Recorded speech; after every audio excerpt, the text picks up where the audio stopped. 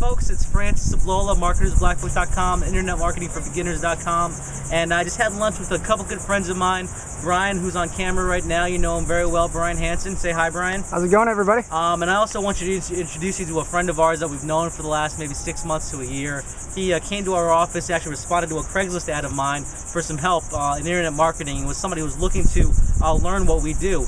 But what we came out of it was learning his story and how remarkable it is. And I gotta honestly say, he's one of the most inspirational people I've met, one of the most happy people and positive people you'll ever come across. And I just wanted to share his story with you. We've been talking to him with lunch. I sat down with him last week.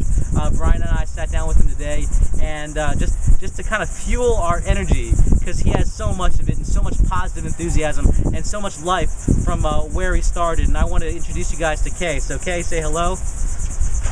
Hey everybody, that was a great introduction. My self-esteem is at its highest right now. I feel great. Well, you know, folks, I really just want you to introduce you to Kay, because we kind of twisted his arm today to share his story with us. And Kay, I'm gonna let you sit down. We're gonna focus the camera on you, but you have so much to share and kind of where your life has taken you from where you first came to the United States. What? How many years ago? 2011, basically. 2011. Like end of 2011, September, we got here, which was like the craziest time for the United States. So that's when we got here. And, 2011 or 2000? 2001. 2001. There we go. Yeah, there was a one. Yeah, 2001. So about like 10 years ago now. Okay, 10 years ago. But you came to the States with no English? Yeah, I came to the United States. I didn't know where I was. I didn't speak any English. I was 14 years old. I was taking care of, I had a responsibility to take care of other 7 people in my family, 2 kids. How much in your pocket? Oh, we had some Afghani money. When we converted it, it turned into $12. And we kind of looked at each other and was like, all right, this is really not going to do as much. But, you know, but there's always the faith that things worked out really well. Awesome. Well, this is not a studio camera production. It's not, this whole thing's impromptu. We were sitting down at lunch, we were having some Chinese food, which was delicious, and we just decided to shoot this. So, Kate, grab a seat. We're going to set up the camera right here, and we're going to talk to you for a little bit, if that's cool. All right, that's great. No problem. Awesome. Let's get his face in there first. All right, cool. Now, Kay, there we go. Kay, you know, let's roll with it. Tell us about you. Tell us about, you know, when we first heard your story, it was really amazing, and we really didn't believe it at first, but the more and more you talked about it, the more and more we realized this guy's the real deal, and he's looking for learning, he's looking for life. Take us back to how you first kind of start from the beginning, I guess. All right, I'll go from the beginning. You know, born in Afghanistan until I was 12 years old, and we had a family business there, and then Taliban came in with all the Al-Qaeda and stuff, so things went a little crazy. I lost my dad when I was 6 years old, because there was war between Afghanistan and Russia, so they bombed the house, and I was 6 years old then, and my dad got killed. And then from there, later on, it was 1999 when Taliban, they basically killed my brother because he had a video business. He was also an artist, and we just had a business just like a Blockbuster. We rented movies. And Taliban, they didn't allow any kind of media. There was no pictures allowed, there's no music, no radio, no TV. So they found that, and artists, he was an artist, he painted, you know, live figures, so they definitely didn't like that. So they killed him, and then after that, they wanted to marry my sisters by force. And according to their belief, even though that's not Islamic, but their belief is that every woman is supposed to have a husband. So they just brought all these men, and they were like, pick somebody and marry them. And I'm 12 years old. I was like, all right, this is not going to happen. So I put my whole family in the car, and we started driving. So finally, after like months of struggle, we made it to Pakistan. And it was really hard to get through the border. I literally had to get under a 18-wheeler truck and hide behind the tanks and just hold under the truck, because from the border, they wouldn't let men go through. And they don't care about the age. If you're 12, if you're 8, they'll still give you a gun and they'll make you fight. So it was like the draft that was going on. So I had to hold under that truck, so go through the border. But my family, they're all women, so they were fine. And then when I was in Pakistan, I remember working 18-hour days, and they only paid me about 60 cents for the whole day. One, because I was very young, and two, because I was from Afghanistan, and three, that's really the pay over there. That's all you can make over there, 60 cents a day. I remember we could only afford like a loaf of bread. There were times that I ate tree leaves. I would just go, like, there were vines of like grapevines that I would just take the leaves and eat it.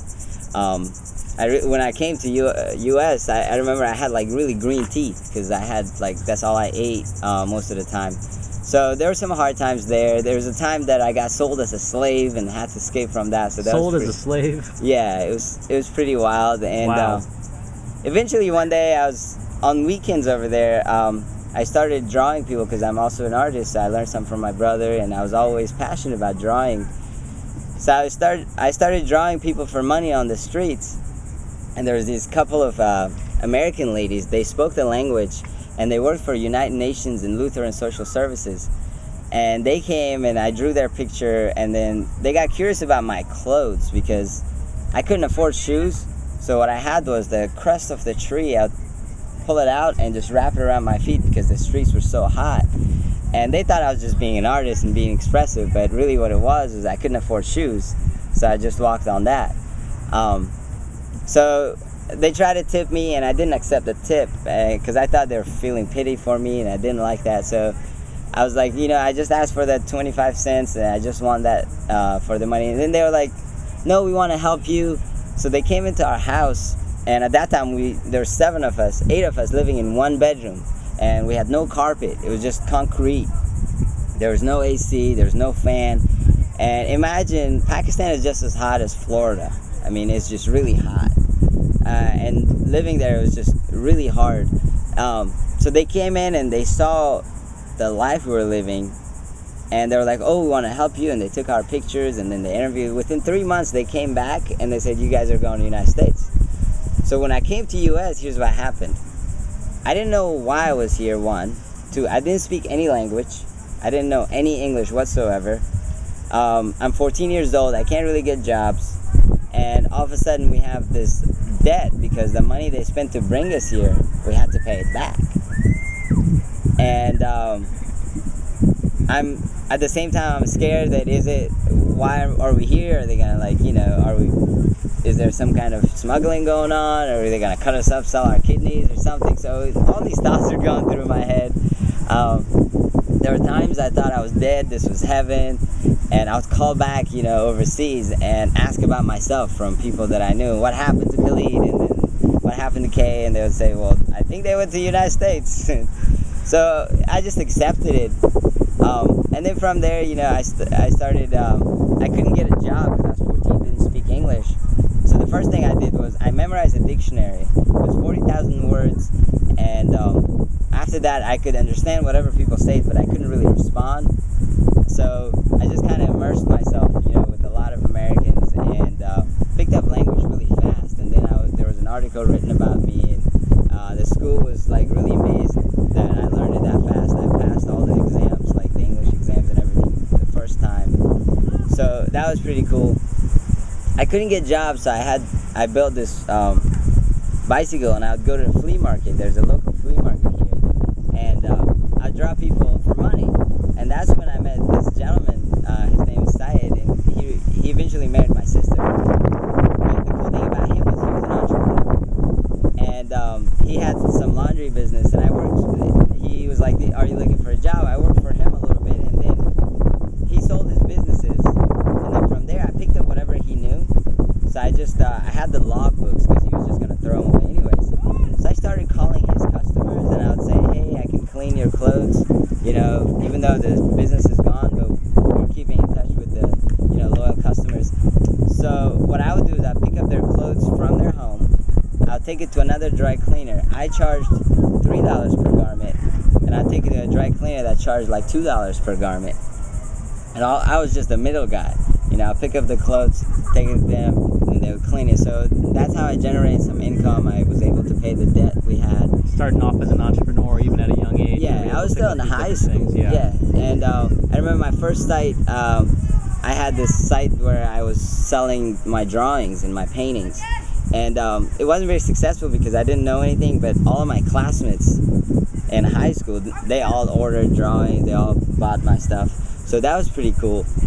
And then later on, you know, just I started working, and you know, some struggles, you know, life struggles, like my sister went through a divorce. Her husband over in Afghanistan, he blew up in a landmine. He was an architect, and he was measuring land, and then he blew up. So I had saved up some money to start my own restaurant, kind of a deal, but that kind of fell through, and because I spent all the money over there, and then he went ahead and married somebody else.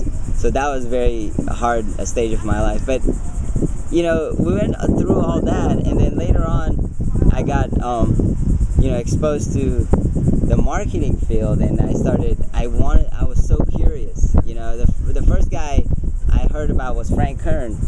I watched his video on YouTube, and I was like, is this real? Is this even possible? So I got really curious, and you know, and then from there I started, you know, learning about Tony Robbins, and then I met Francis Avlola and Brian Hansen, and worked with them for like a month or so, and there I learned so much about, you know, marketing. And right now I have my life in a way. I still go to school. I'm 24 years old, and I work because I want to, not because I have to. And I have plenty of time focusing on my goals. And you know, my long-term goal really is to become a public speaker, and I'm working towards that every day. I'm just curious if you guys have any tips or anything like that. So go ahead, take it over. Awesome. Well, you know, I mean, Francis. I think the goal of being a public speaker is definitely something you should do, because you have such an amazing message that you can share with everyone. And I know we've talked about this. You kind of say it so nonchalantly because, you know, it's your story, but I think it impacts so many people, because it is a story of literally coming from you know, a place of a lot of tough times and things in life. But again, I said in the beginning, you are probably one of the most positive people I've ever met in my life. And honestly, I've been to a lot of seminars. I've done a lot of programs and coaching programs.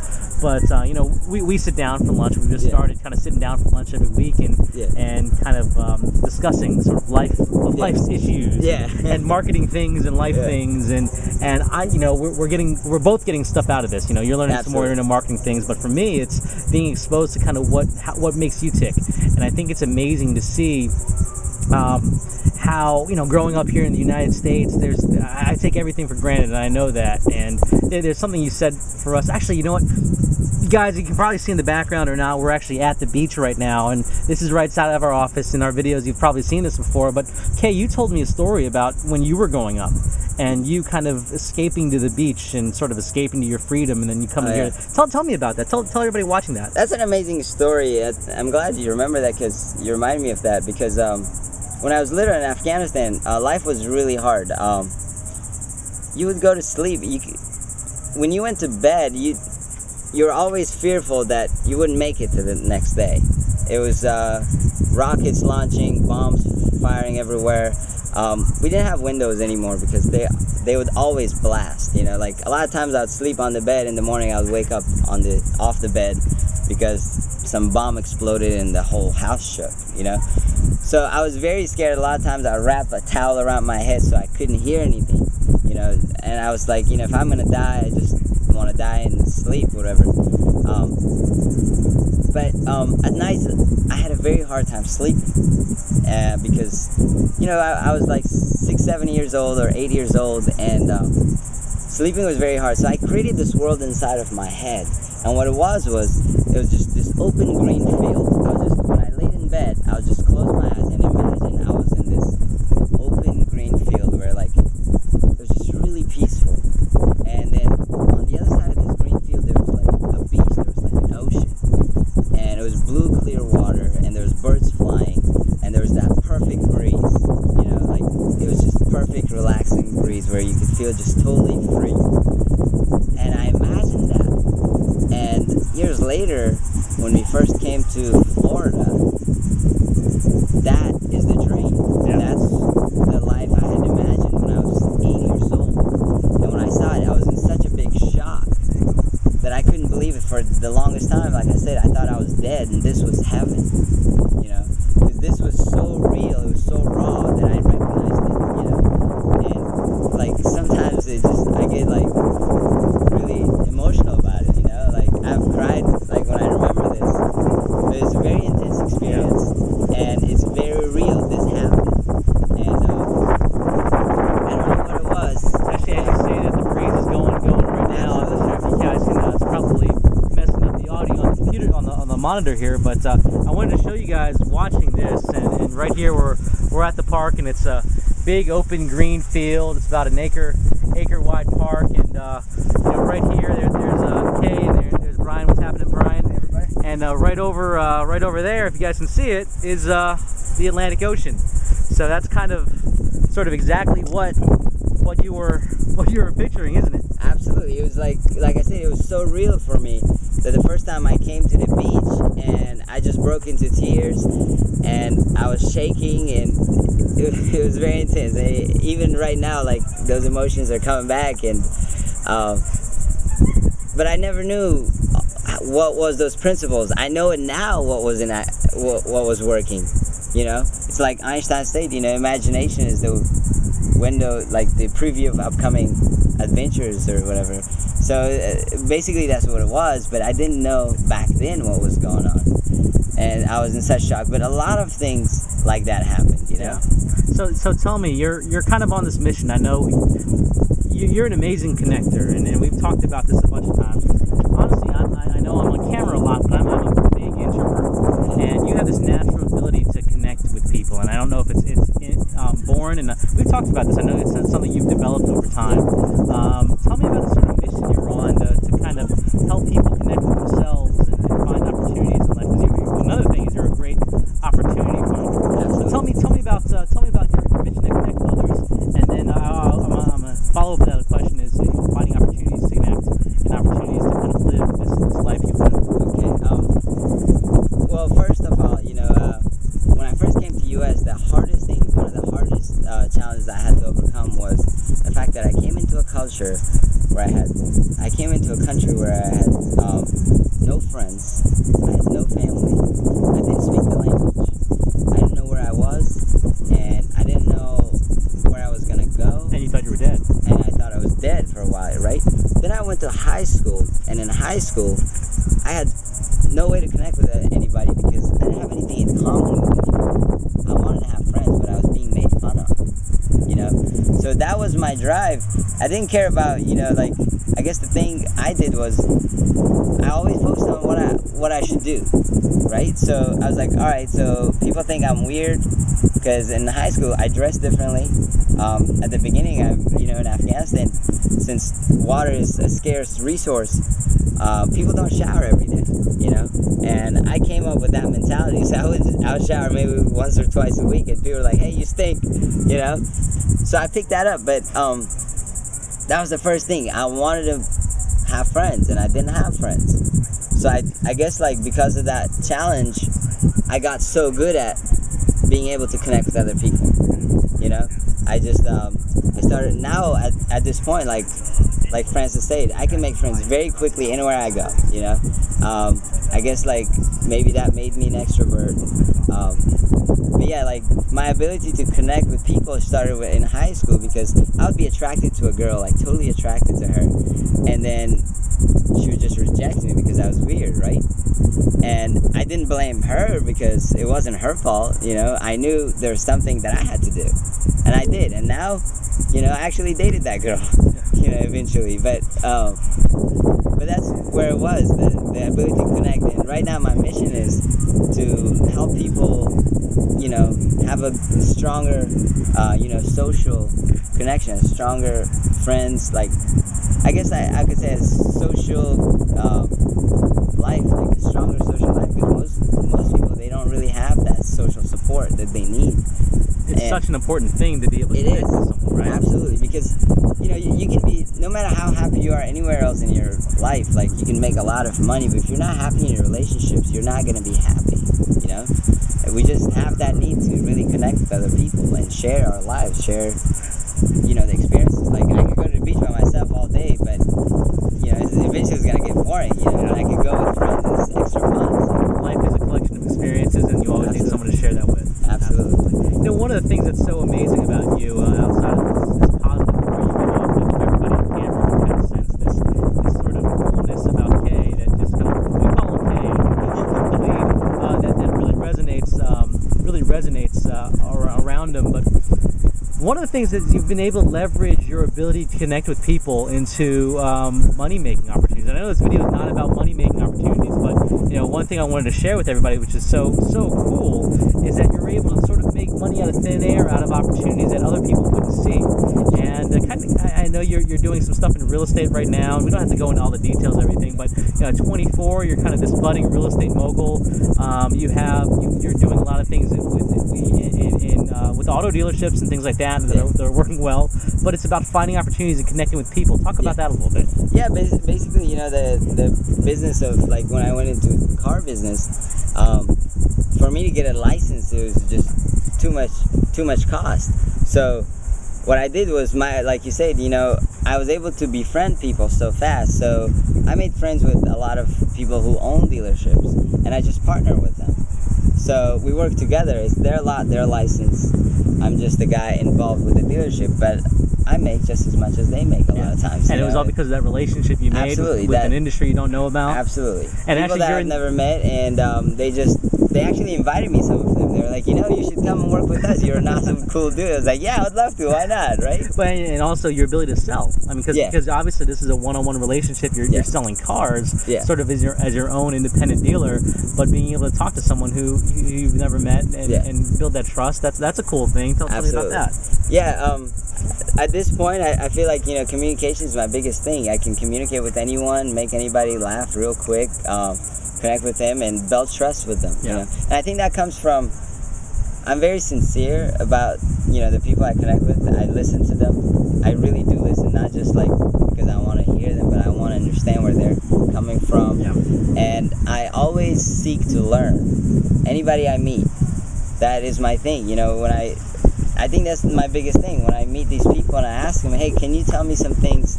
What have you learned from this business you're in? And then they share and they share and they share, and I appreciate it. And sometimes I take notes, and they see that, and they say, hey, this guy's serious about this. And then they invite me. So that's one thing that I think has been the biggest thing for me, that I really seek knowledge from people who have succeeded in an area. Because I feel like you can always learn. You can always learn more, and I'm very passionate about learning. Like, I read a lot. I read a lot. So. Well, absolutely, learning and sharing, because you've done a lot to share with other people. What you learn, which is really important. I think that's one of the driving factors behind what we do, is being able to share our skills and talents with others. And I know one of the reasons that really made us connect with you, outside of your just amazing ability to connect, is that your authenticity around being able to connect with others has really picked that up. So that's an amazing thing. Really, I wanted to. Communication is a big area that people struggle in, and there's a few things that you just mentioned, and if you could quickly tell us about those again. It's one, it's the ability to one, just connect on the level, but then two is creating that sort of authentic connection. Absolutely, the respect, to let the other person know that what they know, their experience, is valuable, because I think that it is, like, we're all special, it's just that some people, they don't get that chance to express that. And when you allow another person to express how special they are, how knowledgeable, how wise they are, and that their experience, their life is valuable, they appreciate you, and they're willing to share their life, and they trust you right away. Would you say that's a mindset shift from what you see in sort of culture today, of how people communicate with each other? Oh yeah, there's one of the things that I noticed is, like, this culture that I see it all day long, is that most people is just, life is all about me. And if life becomes all about you, I don't think that's a life of meaning. That's not a life of purpose. You know what I mean? That's a really strong statement. I think that I believe in that life is the giving. The more you give, the better you live. That's kind of my thing. And it's not all about you. Life is not just about you. It's about everyone in the life, because we're all riding this boat together. So I think a lot of people see that, you know. I've had like people that in one of my properties, people come from another, you know, state or something, and they don't know this town. I really take off work and show them the town, and they're like, dude, who are you? Yeah. Like, why are you doing this? Like, just so you can enjoy your time when you just visit our city, you know? And they're like, wow, you know?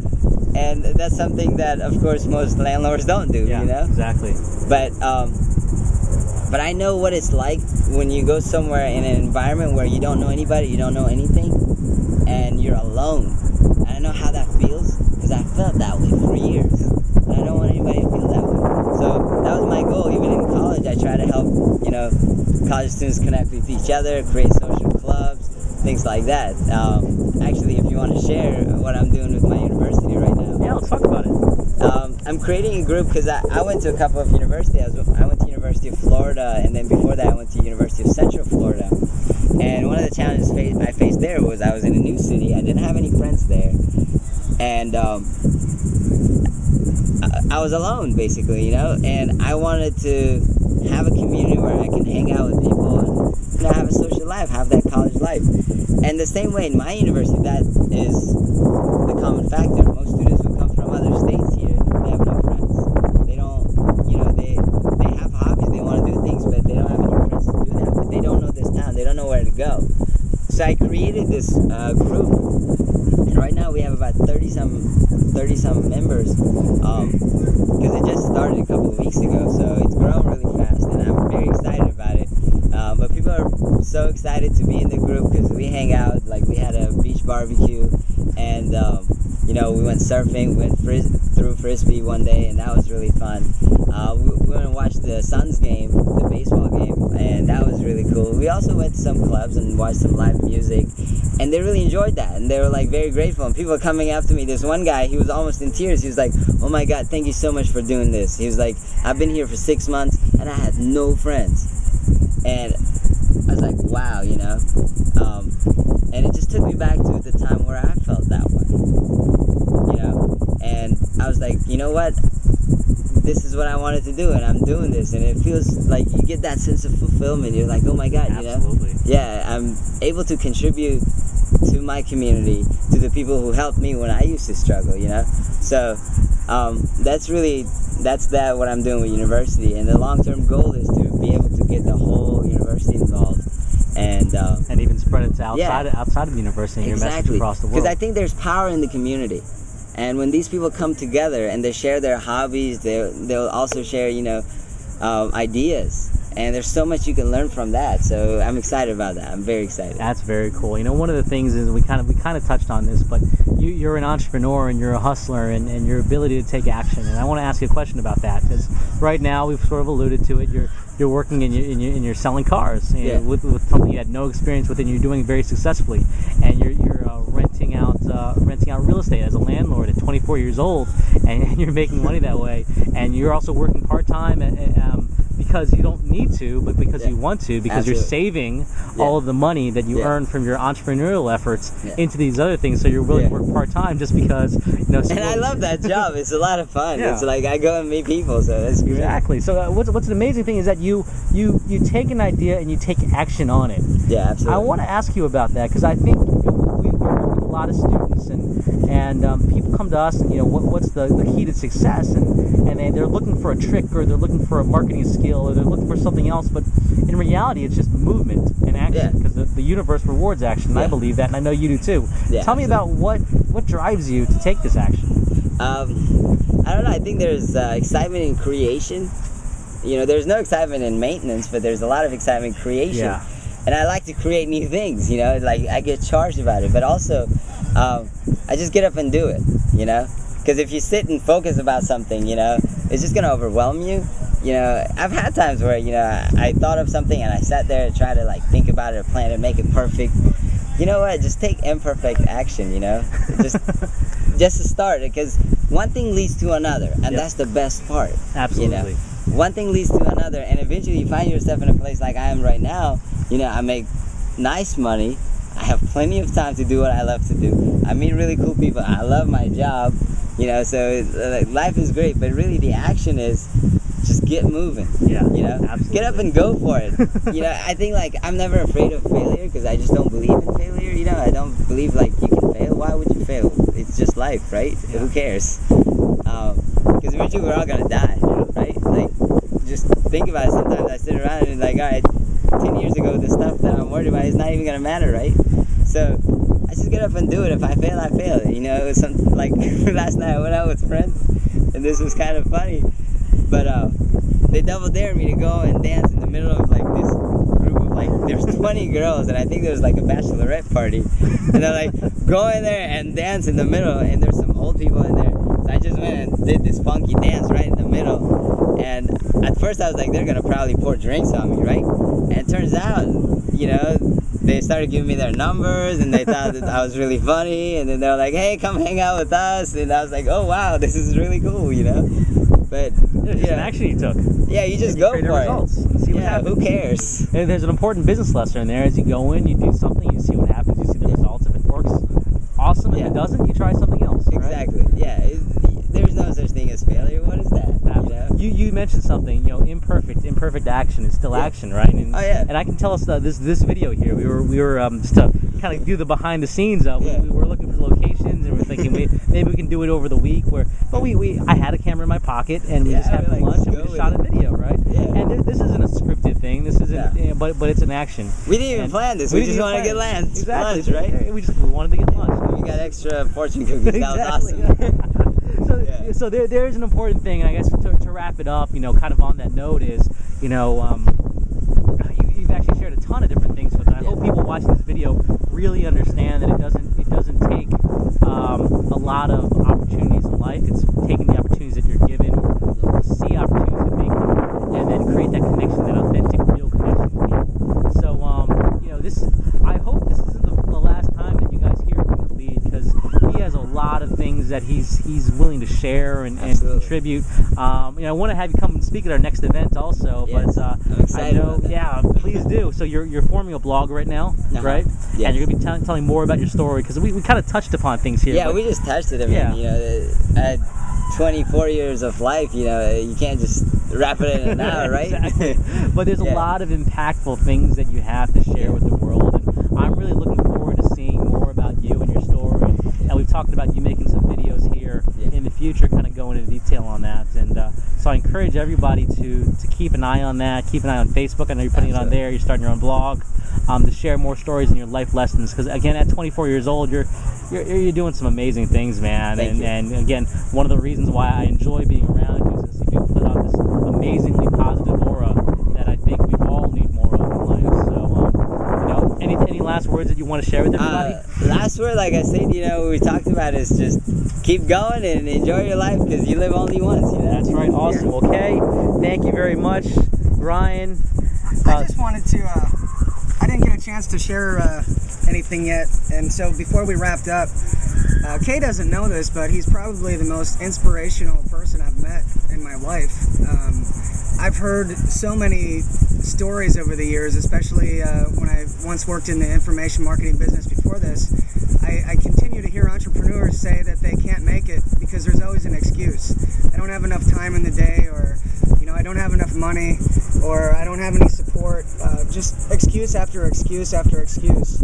And this guy, in my opinion, has had all cards stacked against him compared to anybody I've ever met. You know, he came here with $12 in his pocket, supporting his family since he was 8 years old. Doesn't make excuses, just goes out and does it. I mean, he started all these businesses and got all the money coming in with no out-of-pocket money, just by taking out opportunities and, just like he said, taking action. And I'm really excited to hear about the stuff he hopefully is going to share with us. We've been trying to twist his arm today into actually teaching the lessons, because this isn't your typical person, like, you know, I don't want to mention any names, but just there's a lot of people out there teaching textbook stuff on how to live your life and things like that. But this guy didn't learn from anybody. It's not out of a textbook. These are real life examples from someone that went through more than I've ever heard of anybody going through. And I'm sure a lot of people on this call feel the same way. But these are his techniques and his strategies for getting past all that and living one of the, I mean, I've never met somebody that's been so happy. And for all the things he's gone through, most people would sit and cry about it every day and complain and feel sorry about themselves, where Kay's just looking for the next opportunity and how he can pass along that knowledge and help others. And it's really heartwarming to know that after all he's been through, what he worries about every day is how can I help others. So I'm really looking forward to everything, Kay, and I just wanted to thank you for taking your time today. Yeah, I appreciate it. Thank you. Awesome, guys. Well, thank you, Kay. Yeah, I appreciate you sharing the story. It's a privilege, and I'm very excited about this. Awesome, guys. Well, we'll see you soon on marketersblackbook.com. Let me see your shirt, Brian. marketersblackbook.com. All right, you guys take care. Enjoy the beach. Enjoy the day.